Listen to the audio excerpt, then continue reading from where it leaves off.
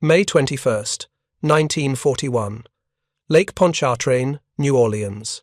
A boxy wooden boat, 36 feet long and painted navy grey, accelerated across calm water toward a concrete seawall. At the helm stood Andrew Jackson Higgins, a hot-tempered, profane 54-year-old boat builder whose vocabulary allegedly did not include the word impossible. Behind him, a cluster of Marine Corps officers watched with skeptical expressions that suggested they had seen this performance before and remained unimpressed. Preparing and narrating this type of story took us long efforts and hard work. So, if you are enjoying the story, please consider subscribing to our channel. The boat hit the seawall at 12 knots. Instead of shattering, it rode up the concrete face, stopped, then reversed smoothly back into open water. The entire maneuver took less than 30 seconds. Higgins spun the wheel and repeated the demonstration from another angle, then another. He was not showing off. He was proving a point that the United States Navy had spent years refusing to accept. The mathematics of amphibious warfare were writing themselves across the Pacific and Europe. Germany controlled the entire coastline of Western Europe. Japan had seized thousands of miles of island perimeter. The Allies needed a way to land armies across open beaches without depending on established ports, which the enemy defended with everything they possessed. Traditional landing methods required capturing a harbour first, which meant attacking the most heavily fortified positions head-on. The casualty projections for such assaults made even hardened generals hesitate. What none of the skeptical observers watching that demonstration understood was that the crude wooden boat slamming repeatedly into Lake Pontchartrain's seawall would fundamentally alter the strategy of the entire war.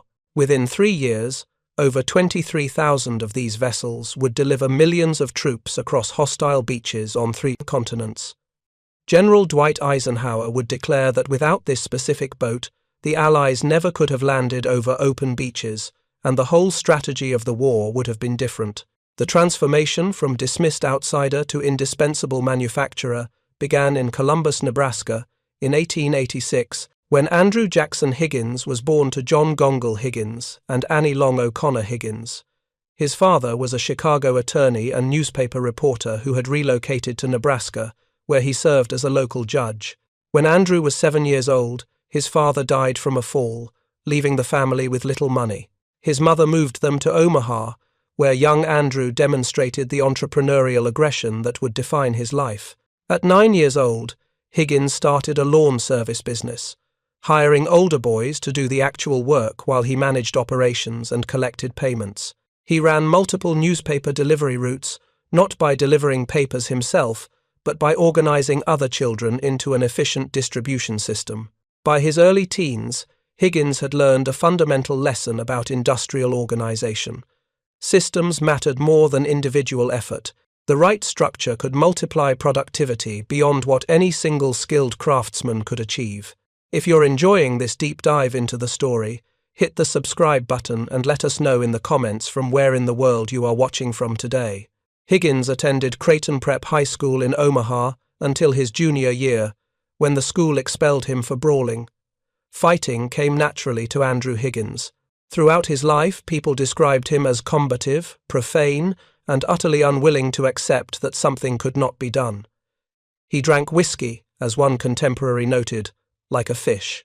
He swore constantly. He fought with competitors, with government bureaucrats, with military officials, and sometimes with his own employees. But he also possessed an engineer's mind and an entrepreneur's confidence. After his expulsion, Higgins joined the Nebraska Army National Guard, eventually reaching the rank of first lieutenant, serving first in the infantry and later in the engineers. During military maneuvers on the Platte and Missouri rivers, he gained his first experience with boats and moving troops across water. The rivers of Nebraska, shallow and filled with sandbars, snags, and driftwood, presented constant navigation challenges. Traditional boats with standard propellers damaged easily in such conditions. Higgins watched these problems and filed them away mentally for future consideration. In 1906, at age 20, Higgins left Nebraska to enter the lumber business in Mobile, Alabama. He worked at various jobs in lumber, shipping, and boat building, consciously accumulating experience in preparation for starting his own company. By 1910, he had moved to New Orleans and become manager of a German-owned lumber importing firm. The work required navigating Louisiana's complex system of swamps, bayous, and coastal marshes to reach valuable stands of hardwood timber. The same problem he had observed in Nebraska reappeared in Louisiana with even greater severity. Standard boats could not operate in shallow, debris-filled waters. In 1922, Higgins formed his own company, Higgins Lumber and Export Company, importing hardwood from the Philippines, Central America, and Africa, while exporting cypress and southern pine. To support this operation, he acquired what was reportedly the largest fleet of sailing ships under American registry at that time. To service this fleet, he established his own shipyard, which built and repaired cargo vessels, along with the tugs and barges needed to support them. The challenge of moving heavy logs through Louisiana swamps drove Higgins to design something entirely new. In 1926, he created what he branded with characteristic flair as the Eureka boat. The design incorporated several innovations that addressed the specific problems of shallow water navigation. The propeller was recessed into a semi-tunnel on the underside of the hull, protecting it from submerged debris, mangrove roots, and sandbars. A distinctive spoonbill bow allowed the boat to run directly up onto riverbanks or beaches, then reverse smoothly back into open water without becoming stuck. The bottom of the hull featured an unusual concave shape forward that transitioned to a convex shape aft, giving the boat exceptional stability and maneuverability. The Eureka boat could operate in as little as 18 inches of water. It could run through vegetation, over floating logs, and across debris fields that would disable conventional craft. Higgins had solved the shallow water navigation problem through systematic engineering rather than incremental improvement. He had questioned every assumption about how boats should be designed and built something that worked according to its own principles. Higgins expected his revolutionary design to find a ready market among Gulf of Mexico oil drillers, Mississippi River trappers, and perhaps bootleggers during Prohibition who needed fast, maneuverable boats. Large orders failed to materialize. The oil companies preferred traditional equipment. The trappers could not afford his prices. The bootleggers, if they were interested, left no records. When the Great Depression struck in 1929, Higgins Lumber and Export Company collapsed. Stiff competition, declining world trade, and the employment of tramp steamers to carry lumber cargoes combined to drive the company out of business. Most entrepreneurs would have accepted defeat. Higgins kept his boat-building firm, established in 1930 as Higgins Industries, operating on the margins, constructing motorboats, tugs, and barges for private customers, and occasionally the United States Coast Guard. His vocabulary still did not include the word impossible. His bank account suggested otherwise, but Higgins maintained absolute confidence that his designs were superior to anything else available.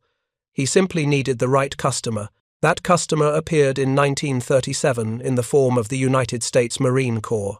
The Marines had spent years frustrated by the Bureau of Construction and Repair's inability to provide satisfactory landing craft for amphibious operations. The Navy's standard approach involved modified ship's boats that performed adequately for peacetime exercises, but showed obvious limitations for combat operations. The boats drew too much water, forcing troops to wade through deep surf while exposed to enemy fire. The boats could not extract themselves from beaches, creating bottlenecks as subsequent waves arrived. The boats lacked capacity for vehicles or heavy equipment. The Marines had studied Japanese amphibious operations in China during the Second Sino-Japanese War beginning in 1937. At the Battle of Shanghai, Marine Corps observers watched Japanese forces employ landing boats with bow ramps that allowed rapid deployment of troops and equipment directly onto beaches. The Japanese design, the Daihatsu-class landing craft, demonstrated principles that American forces desperately needed. In 1938, the Navy and Marine Corps tested Higgins' Eureka boat against Navy-designed landing craft. The Eureka boat surpassed the performance of the Navy design in every category. It ran faster, operated in shallower water, maneuvered more precisely, and extracted itself from beaches reliably. In February 1939, fleet landing exercises subjected the craft to rigorous evaluation. The Marines designated it the Landing Craft Personnel Large, or LCPL, The performance was judged satisfactory except for one critical deficiency. Troops and equipment had to disembark over the sides of the vessel, exposing them to enemy fire during the most vulnerable phase of an amphibious assault. Traditional Navy procurement should have ended there. The established shipyards, massive corporations with decades of experience and political connections in Washington, controlled military contracts. Higgins Industries was a small operation employing fewer than 75 people in a single facility in New Orleans. The Navy's Bureau of Ships regarded Higgins with suspicion bordering on hostility. He was loud, crude, uneducated in formal naval architecture, and given to making outrageous claims about what his designs could accomplish. The Navy preferred working with respectable firms that understood proper procedure, but the Marines needed solutions more than they needed procedure. In April 1941, Marine Corps officer Victor H. Krulak traveled to New Orleans and showed Higgins a photograph of a Japanese landing craft featuring a bow ramp. Krulak explained the problem. Troops climbing over the sides of landing craft made perfect targets. A bow ramp would allow rapid deployment, while the ramp itself provided some protection from direct fire. Could Higgins modify his design to incorporate such a feature? Higgins studied the photograph, then called his chief engineer. Over the telephone, he described the Japanese design and instructed his engineer to build a mock-up for his inspection when he returned to New Orleans. This was not a request for preliminary studies or feasibility analysis. This was an order to construct a working prototype immediately. Within 1 month, tests of the ramp bow Eureka boat in Lake Pontchartrain proved that successful operation of such a craft was entirely feasible. The demonstration on May 21, 1941, showed Marine Corps officials what Higgins had created. The boat was crude. The 36-foot hull, constructed from plywood, oak, pine, and mahogany, looked like what sailors would later describe as a floating cigar box. But it worked. The shallow draft, just 3 feet at the stern, and 2 feet 2 inches at the bow, allowed it to approach close to shore. The protected propeller prevented damage from sand and debris. The spoonbill bow design meant the boat could drive straight onto a beach at speed, and now the bow ramp could drop quickly, allowing 36 fully armed soldiers, or a jeep, and 12 men or 8,000 pounds of cargo to deploy in seconds. After depositing its load, the boat could reverse off the beach, turn sharply in its own length thanks to the unusual hull shape, and return to the transport ship for another load. The entire cycle from beach to ship and back took 3 to 4 minutes. This was not theoretical. Higgins demonstrated it repeatedly during the Lake Pontchartrain tests. The Marines watched the boxy wooden boat perform maneuvers that Navy-designed craft could not accomplish, and recognized they were witnessing something genuinely revolutionary. The craft was redesignated the Landing Craft Vehicle Personnel, or LCVP. Sailors would call it the Higgins boat, a name that stuck more firmly than any official designation. In June 1941, the Navy reluctantly approved initial production contracts. The Bureau of Ships remained skeptical. Large, established shipyards protested that a small Louisiana boat builder with no formal naval architecture credentials could not possibly deliver military craft at the quality and scale required. Higgins Industries employed fewer people than the purchasing department of Bethlehem Steel.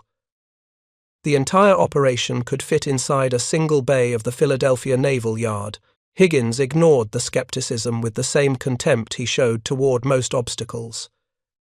His vocabulary did not include impossible. His vocabulary did include extensive profanity directed at Navy bureaucrats, who he believed understood nothing about boats, manufacturing, or urgency.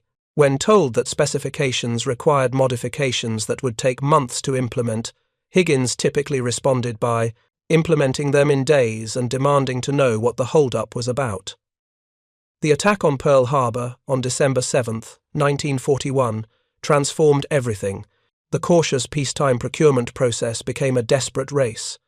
The United States needed amphibious capability immediately, not eventually.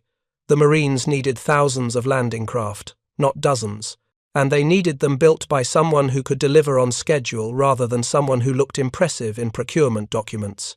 Higgins Industries began expanding at a pace that shocked even the Marines who had advocated for the contracts. The single plant, employing fewer than 75 people in 1938, became 7 manufacturing facilities by 1943. The workforce exploded from dozens to over 20,000, and eventually would exceed 25,000 at peak production. Higgins hired anyone willing to work. White men and women worked alongside African Americans in one of the first fully integrated workforces in New Orleans. Women comprised a substantial portion of skilled positions: the elderly, the handicapped, anyone capable of learning a task and performing it reliably found employment at Higgins Industries. The integration of the workforce was not driven by progressive social policy. Higgins needed workers and could not afford to exclude qualified people based on arbitrary characteristics. If you could weld, you welded. If you could operate a saw, you operated a saw. If you could manage a production line, you managed a production line. Higgins evaluated people based on whether they contributed to production, and he fired people who did not perform regardless of their background. The aggressive egalitarianism shocked 1940s New Orleans society, but Higgins cared more about production statistics than social conventions. The production system Higgins developed borrowed principles from automobile manufacturing while adapting them to the specific requirements of boat construction. The LCVP was built from standardized components manufactured in separate areas of the facility, then assembled on production lines that would have looked familiar to anyone who had worked in a car factory. Hulls were constructed from pre-cut plywood sections, joined with glue and screws according to precise specifications. The distinctive spoonbill bow required a solid block of southern yellow pine, called the head log, which formed the strongest part of the boat, and absorbed the impact when the craft drove onto beaches. Oak provided structural framing. Mahogany supplied additional components. The steel bow ramp, hinged at the top and secured with cables, could drop in seconds once the boat reached shore. The simplification of construction allowed rapid training of unskilled workers. Traditional shipbuilding relied on craftsmen who spent years learning comprehensive skills. Higgins Industries trained workers to perform specific operations repeatedly. A worker did not need to know how to build an entire boat. A worker needed to know how to cut plywood sections to precise dimensions, or how to install particular frame components, or how to mount the bow ramp assembly. Each worker became highly skilled at their specific task through constant repetition. The assembly of complete boats emerged from the coordinated efforts of hundreds of specialists, each performing a limited operation with increasing efficiency. By late 1942, production had accelerated dramatically. In November of that year, only 215 LCVPs had been delivered. By 1943, Higgins Industries and other manufacturers licensed to use Higgins designs were producing over 8,000 LCVPs. In 1944, production peaked at over 9,200 boats. For a period of 10.5 months, Higgins Industries alone manufactured 510 LCVPs monthly, an average of 17 boats every single day. The scale of production required systematic organization of materials and supply chains. The southern yellow pinehead logs required old-growth, long-leaf timber with exceptional strength and durability. Higgins Industries maintained relationships with sawmills across Louisiana that could supply the specific grades of lumber needed. In May 1943, Nelson P. Brown Jr., Higgins' lumber purchasing agent, wrote to supplier R.D. Crowell Jr., noting that Crowell long-leaf yellow pine helped cut down handling and reworking time while increasing production. Crowell's 1942 correspondence with the Office of Price Administration acknowledged that producing lumber to Higgins' specifications was not practical from a business standpoint, but continued as a patriotic measure. The boats themselves were remarkably simple in construction, yet devastatingly effective in operation. The LCVP measured 36 feet 1 inch in length and 10 feet 10 inches in width. Powered by a 225 horsepower Grey Marine 671 diesel engine, the boat could achieve a maximum speed of 12 knots. In rough seas, the shallow draft and plywood construction meant the boat would sway considerably, causing severe seasickness among troops crammed inside. The plywood sides offered essentially no protection from enemy fire. A rifle bullet could penetrate the hull, machine gun fire would shred it, artillery would obliterate it.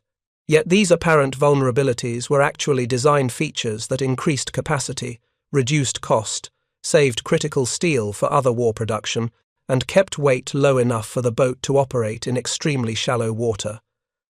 The steel bow ramp, protected from corrosion by paint and constant maintenance, was the only armored component of the vessel. When lowered, it provided minimal protection for troops exiting the boat, but its primary function was speed of deployment rather than armor.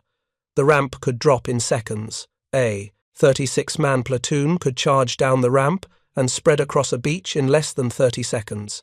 The boat could then reverse off the beach, maneuver sharply, and return to the transport ship hovering offshore. The entire cycle from departure to return took 3 to 4 minutes under optimal conditions. This meant a single LCVP could deliver multiple loads during the critical initial phase of an amphibious assault. The broader implications of this capability transformed Allied strategy fundamentally. Before the LCVP, amphibious operations required capturing established ports with their piers, cranes, and unloading facilities. Ports were obvious objectives, which meant they were heavily fortified with mines, obstacles, artillery, and defensive positions that could inflict catastrophic casualties on attacking forces. The mathematics of attacking fortified ports discouraged amphibious operations entirely. The expected casualty rates made generals hesitate to approve such operations, except in desperate circumstances. The Higgins boat eliminated the requirement for ports. Armies could land across any beach with suitable approach conditions. Instead of concentrating forces against the most heavily defended positions, commanders could select relatively undefended coastline, establish a beachhead, and build up forces faster than the enemy could respond. The strategic flexibility this provided was unprecedented. Defenders could no longer predict where attacks would occur, simply by identifying which ports provided necessary facilities. Any beach became a potential landing site. The entire defensive calculation shifted from concentrated strength at obvious targets to distributed forces covering thousands of miles of coastline. If you find this story engaging, please take a moment to subscribe and enable notifications. It helps us continue producing in-depth content like this. The first major test came with Operation Torch in November 1942, the Allied invasion of North Africa. 3 different types of Higgins landing craft participated, including early LCVPs. The boats performed adequately despite some craft being so new that crews were still learning their capabilities. The real proof came in subsequent operations. The invasion of Sicily in July 1943, Operation Husky, employed hundreds of Higgins boats.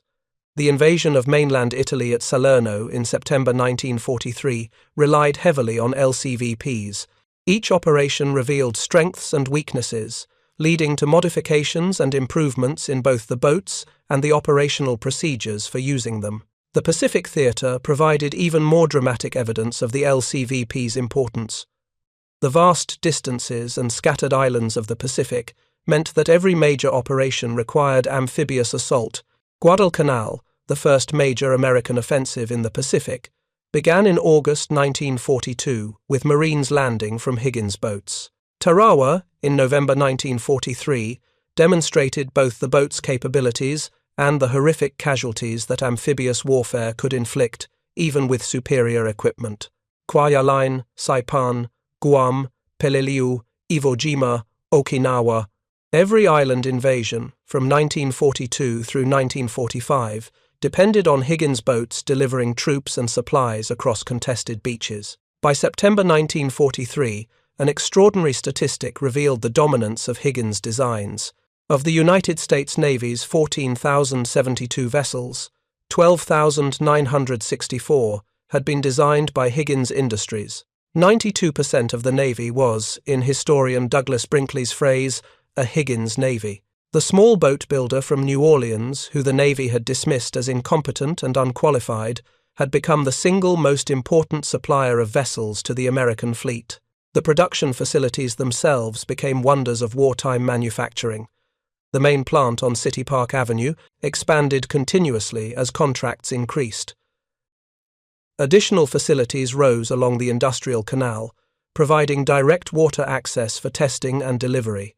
A plant specifically for PT boat production operated separately.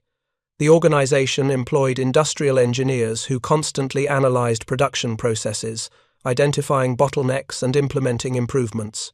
Workers submitted suggestions for efficiency improvements, and management implemented good ideas regardless of their source. The culture emphasized results over hierarchy.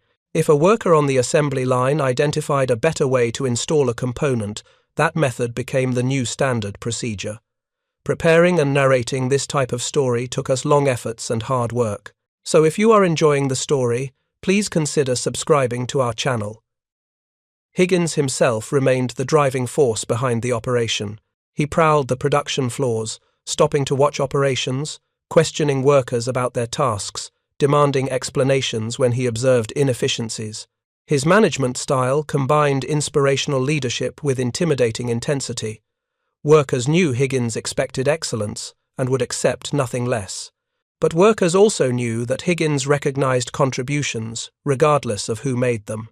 A woman working on the assembly line received the same consideration as a male supervisor if she demonstrated superior knowledge or insight. An African-American welder who performed exceptional work advanced based on skill rather than arbitrary social restrictions. This approach generated tremendous loyalty among workers who felt valued for their contributions rather than judged by irrelevant characteristics. The workforce took pride in production numbers.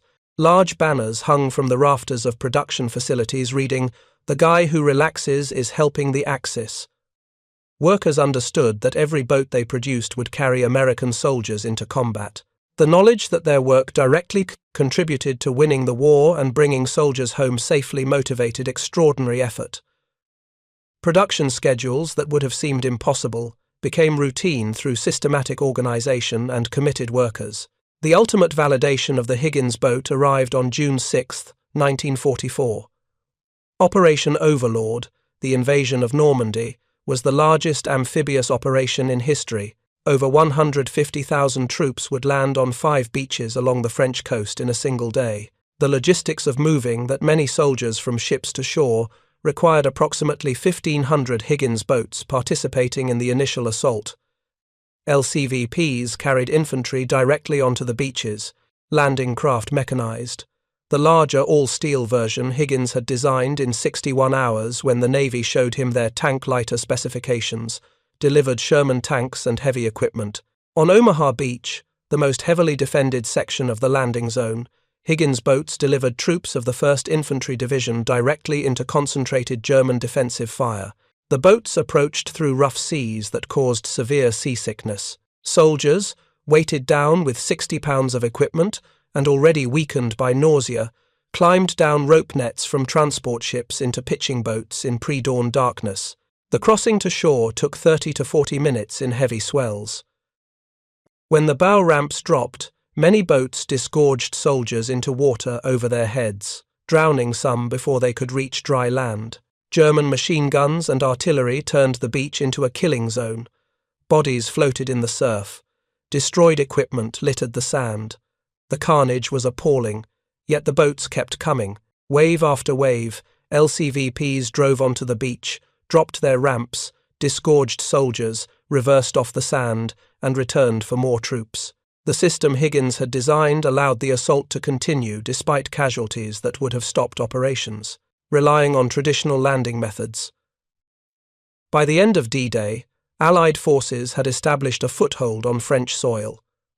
The liberation of Western Europe had begun. The soldiers who fought deserve all credit for the victory. But without the boats that delivered them, the invasion could not have occurred at all. General Dwight Eisenhower, Supreme Allied Commander, toured the Normandy beaches shortly after the landings. The scene shocked even a hardened combat veteran. Wreckage of vehicles, equipment, and landing craft covered the sand. The industrial might of America was visible in the sheer quantity of destroyed material, yet Eisenhower recognized that this debris represented success rather than failure. The Allies had delivered enough material and troops that losses could be absorbed and the operation could continue. Years later, when historian Stephen Ambrose interviewed Eisenhower for a biography, The former general made a statement that summarized the strategic importance of Higgins' contribution. "Andrew Higgins is the man who won the war for us. If Higgins had not designed and built those LCVPs, we never could have landed over an open beach. The whole strategy of the war would have been different." Eisenhower's assessment was not hyperbole. Without the capability to land across open beaches, the Allies would have been forced to capture established ports before conducting major operations.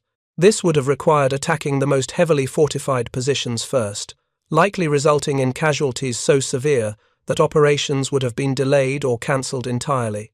The alternative strategy of isolating German forces and letting them wither without direct assault would have extended the war for years and left millions of Europeans under Nazi occupation indefinitely. The Pacific War would have faced similar constraints. Island-hopping campaigns depended entirely on landing forces across beaches rather than capturing ports. Without Higgins' boats, the reconquest of the Pacific would have been dramatically slower and more costly. Even Adolf Hitler recognized Higgins' impact. In a bitter acknowledgement of American industrial capabilities, Hitler reportedly referred to Higgins as the new Noah, a man who had built the fleet that carried armies.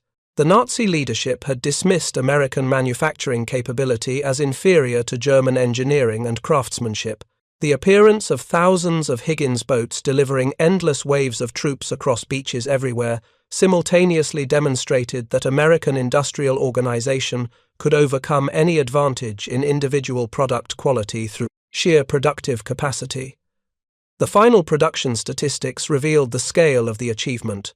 Over 23,358 LCVPs were manufactured by Higgins Industries and other companies licensed to use Higgins designs between 1941 and 1945. Higgins Industries itself produced approximately 12,355 boats. Additional manufacturers, including Chris Craft, Richardson Boat, Owens Yacht Company, Matthews Company, and others, produced thousands more. The peak production rate exceeded 500 boats monthly. For sustained periods, American industry delivered 17 Higgins boats daily. Every single day for months, 17 new boats emerged from production facilities and entered service. The largest manufacturer of the most critical piece of equipment for amphibious warfare was a company that had employed fewer than 75 people 7 years earlier. The boats continued serving long after World War II ended. During the Korean War, Higgins boats participated in the Incheon landing in September 1950, the Hungnam evacuation in December 1950, and numerous other amphibious operations. The basic design proved so effective that modified versions remained in service through the 1960s and early 70s. Some were used during the Vietnam War, others served with various Allied nations. The French Navy modified LCVPs with roofs and 20mm cannons for patrol operations on the Mekong River during the First Indochina War. The longevity of the design vindicated Higgins' engineering philosophy. He had not created an optimized solution for a specific scenario. He had identified fundamental principles of shallow water amphibious operations and built a platform that implemented those principles reliably. The spoonbill bow, the protected propeller, the bow ramp, the shallow draft, the lightweight construction. Each element addressed a specific operational requirement. Combined, they created a system that worked across an enormous range of conditions and circumstances. For Andrew Higgins personally, the war years brought wealth, recognition, and validation. The man who had struggled through the Depression, who had operated on the margins of the boat-building industry, who had been dismissed by Navy bureaucrats as incompetent, had become one of the most important manufacturers in the war effort. In 1943, Creighton University, the school from which he had been expelled decades earlier for brawling, awarded him an honorary Doctor of Laws degree. Politicians sought his endorsement. In 1944, when President Franklin Roosevelt ran for his fourth term with Harry Truman as vice president, Higgins campaigned actively on their behalf, visiting cities like Boston and New York to advocate for the ticket. Roosevelt and Truman won, and both thanked Higgins for his influential support. But success brought complications. As the war progressed, Higgins Industries faced increasing pressure from labor unions seeking to organize the workforce. Higgins had paid well, maintained relatively good working conditions by the standards of the time, and treated workers fairly regardless of race or gender. But unions saw the large workforce and successful company as an attractive target. Strikes became more frequent. Labor disputes consumed time and energy that Higgins preferred to direct toward production. When Japan surrendered on August 15, 1945, the federal government began cancelling war contracts immediately. Higgins shipbuilding ended on October 11, 1945. The company that had employed over 20,000 workers, that had generated $350 million in government contracts, that had produced over 20,000 boats in 4 years, and suddenly had no orders and no obvious peacetime market. Higgins attempted to pivot the company toward civilian products. He tried manufacturing appliances, personal watercraft, housing materials, and various consumer goods. Nothing succeeded. The integrated workforce, the production expertise, the organizational capability, all of it had been optimized for building boats for military purposes. Civilian markets required different products, different sales channels, different competitive dynamics. Labor strikes accelerated as unions pressed for higher wages and better conditions, while Higgins faced declining revenues and no clear path to profitability. On November 9, 1945, Andrew Higgins liquidated Higgins Industries. The company that had been one of the most important manufacturers in the world ceased operations. Higgins attempted to restart operations in January 1946 by forming a new company, Higgins Incorporated, focused on building pleasure watercraft. Some industrial properties from the previous company were transferred to the new venture, but the business never regained its wartime success. By 1948, most facilities had closed. Only the industrial canal plant remained operational, producing small numbers of boats. Andrew Higgins died on August 1, 1952, in New Orleans. He was 65 years old. He had been hospitalized for a week to treat stomach ulcers when he suffered a fatal stroke. He was buried in Metairie Cemetery. At the time of his death, the man who had built 20,000 boats that changed the course of history operated a small watercraft company struggling to find customers. The great industrial empire had collapsed. The workforce had dispersed. The production facilities had been sold or demolished, but the legacy endured in ways that transcended corporate balance sheets. Higgins held 30 patents, most covering amphibious landing craft and vehicles. These patents represented systematic solutions to specific problems in shallow water operations. The intellectual property value was minimal after the war, but the concepts embedded in those patents influenced amphibious operations for decades. Military planners around the world studied Higgins boats to understand the principles of effective landing craft design. In 1987, the United States Navy commissioned the fleet oiler USNS Andrew J. Higgins, designated TAO 190, in honor of the boat builder. The vessel served with Military Sealift Command's Pacific Ocean contingent. In 1987, a memorial to Higgins was erected in Columbus, Nebraska, his birthplace. A 7-mile segment of U.S. Route 81 south of Columbus was designated the Andrew Jackson Higgins Expressway.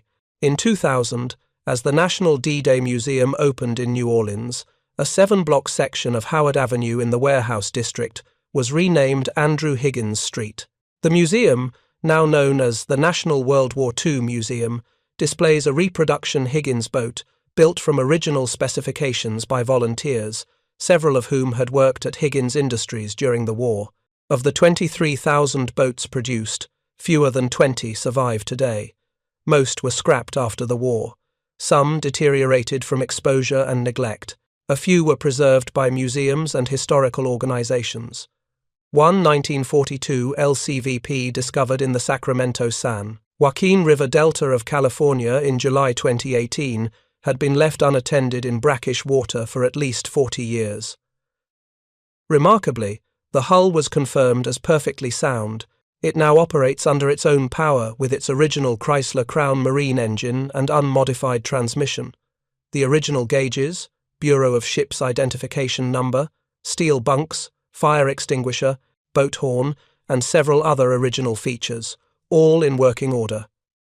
The yellow pine, oak, and mahogany construction proved more durable than anyone expected. The transformation from dismissed outsider to indispensable manufacturer remains one of the most dramatic reversals in military procurement history. The Navy's Bureau of Ships spent years insisting that Higgins Industries was unqualified, inexperienced, and incapable of producing acceptable military craft. The established shipyards, corporations with decades of history and political connections throughout Washington, protested that this crude boat builder from Louisiana understood nothing about proper naval architecture. The procurement process favored respectable firms that followed appropriate procedures over mavericks, who made outrageous claims about impossible accomplishments. Yet, when the test results came in, Higgins boats performed better than Navy-designed craft in every category. When production schedules mattered, Higgins Industries delivered on time, while established yards fell behind. When innovation was required, Higgins produced revolutionary designs in hours, while traditional contractors spent months on preliminary studies. The man without formal naval architecture credentials designed better boats than the trained experts. The company, with fewer than 75 employees in 1938, built more boats than massive corporations with thousands of workers. The outsider, who allegedly drank like a fish and swore like a sailor, proved more valuable to the war effort than respectable industrialists who understood proper decorum. The lesson demonstrated in the Louisiana shipyards between 1938 and 1945 was that credentials matter less than results, tradition matters less than innovation, and respectability matters less than effectiveness. Higgins succeeded not because he followed established procedures, but because he ignored them. He questioned every assumption about how landing craft should be designed. He challenged every convention about how boats should be manufactured. He rejected the premise that only trained naval architects could design effective vessels, or that only established shipyards could produce military craft at scale. This systematic rejection of conventional wisdom extended throughout his operation. Traditional boat building relied on skilled craftsmen trained through years of apprenticeship. Higgins trained unskilled workers in specific tasks in weeks and produced boats faster than craftsmen could. Traditional manufacturers segregated workforces by race and gender. Higgins integrated his workforce and outproduced segregated competitors. Traditional companies followed careful bureaucratic procedures for implementing changes. Higgins implemented changes immediately and left the paperwork for later. The broader implication of Higgins's success was that industrial capability could be created rapidly when necessity demanded it, and when leadership was willing to challenge fundamental assumptions about what was possible. The United States entered World War II with minimal amphibious warfare capability. Within months, American industry was producing landing craft at rates that exceeded the combined output of all other nations. This transformation occurred not through incremental improvements to existing designs, but through revolutionary approaches that questioned whether the existing designs made sense at all. Thank you for watching. For more detailed historical breakdowns, check out the other videos on your screen now, and don't forget to subscribe. The story of Andrew Higgins and the boat that won the war is ultimately a story about the power of engineering confidence, combined with entrepreneurial aggression. Higgins believed that problems had solutions, and that the solutions could be found through systematic analysis rather than accepted from conventional wisdom. When told that landing craft required deep drafts, he designed boats that operated in 18 inches of water.